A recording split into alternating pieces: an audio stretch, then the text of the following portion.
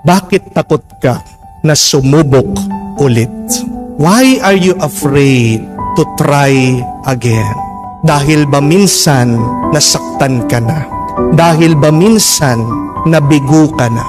Dahil ba minsan napahiya ka na? Kaya nga natuto ka na, sinabi mo, ayaw mo na. Pero sino ang Diyos na ating narinig sa Ebanghelyo? Siya ang Diyos na nag-aanyaya, sinasabi, subukan niyo muli. We have a God who invites us, who challenges us. Do not be afraid to try again. Narinig natin sa Ebanghelyo, napakagandang kwento. Sumuko na sa pangingisda si San Pedro kasama itong mga magkapatid, si Juan at si Santiago. Bakit sila sumuko? Kasi buong gabi na silang nangingisda, wala silang makuha. Pero nung sumakay si Jesus sa kanilang bangka, sabi niya, ihulog niyo muli ang inyong lambat para makakuha kayo ng isda.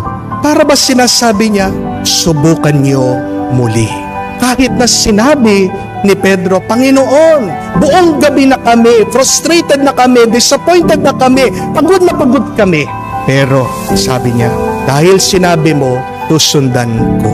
Meron bang mawawala sa iyo kung hindi mo susubukan? At dahil sinubukan nila muli, nagkaroon ng milagro, yung dating walang nakuha, ngayon sobra-sobra pa. Yan ang mabuting balita. Sa ating buhay, makakaranas tayo ng pagkabigo. We will always experience failures, disappointments, frustrations. Pero sino ba sa atin dito ang hindi pa nabigo? Lahat ng mga tao nakaranas na ng pagkabigo. Pero bakit merong mga matagumpay at merong mga kulelat? Dahil ang mga nagtagumpay, hindi sila sumuko. Ano ang kasabihan? Try and try until you succeed. Hindi po try and try until you die. Tumigil ka lang sa pagsubok, sa paghahanap, sa pagtatrabaho, hanggat ikaw ay magtagumpay. Our dream should be clear. Our purpose should be defined. Do not stop until you reach your dream. Amen? Huwag kang susuko hanggat hindi mo makuha ang iyong inaasam, ang iyong panaginip, ang iyong tagumpay sa buhay. Kailangan nating unawain ito. Hindi naman ibig sabihin, pag ikaw ay nabigo sa isang negosyo, lahat ng mga negosyo na bubuksan mo o umpisan mo ay mabibigo din. Hindi po ba?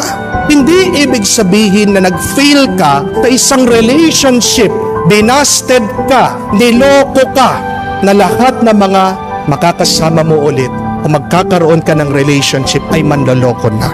Hindi ibig sabihin na pinagtaksilan ka ng iyong asawa, ngayon bumabalik, humihingi ng tawad, nangangakong maging mabuti, maging matuwid, na manloloko ulit yan sa iyo. Hindi ibig sabihin na minsan bumagsak ka na sa exam o sa board exam na sa susunod bagsak ka ulit. Di po ba? Hindi ibig sabihin na na-deny ka ng visa, sa susunod denied ka ulit. Hindi ibig sabihin na hindi ka gumaling sa isang treatment na hindi ka nagagaling sa iyong sakit. Ang ibig sabihin lang, yung isang particular na karanasan, hindi lang umubra. Bakit? Hindi pa panahon para sa iyo. May tamang oras at panahon ang Diyos para sa iyo. Pero kung susuko ka at wala kang gagawin, paano ipagkakaloob ng Diyos sa iyo ang tagumpay?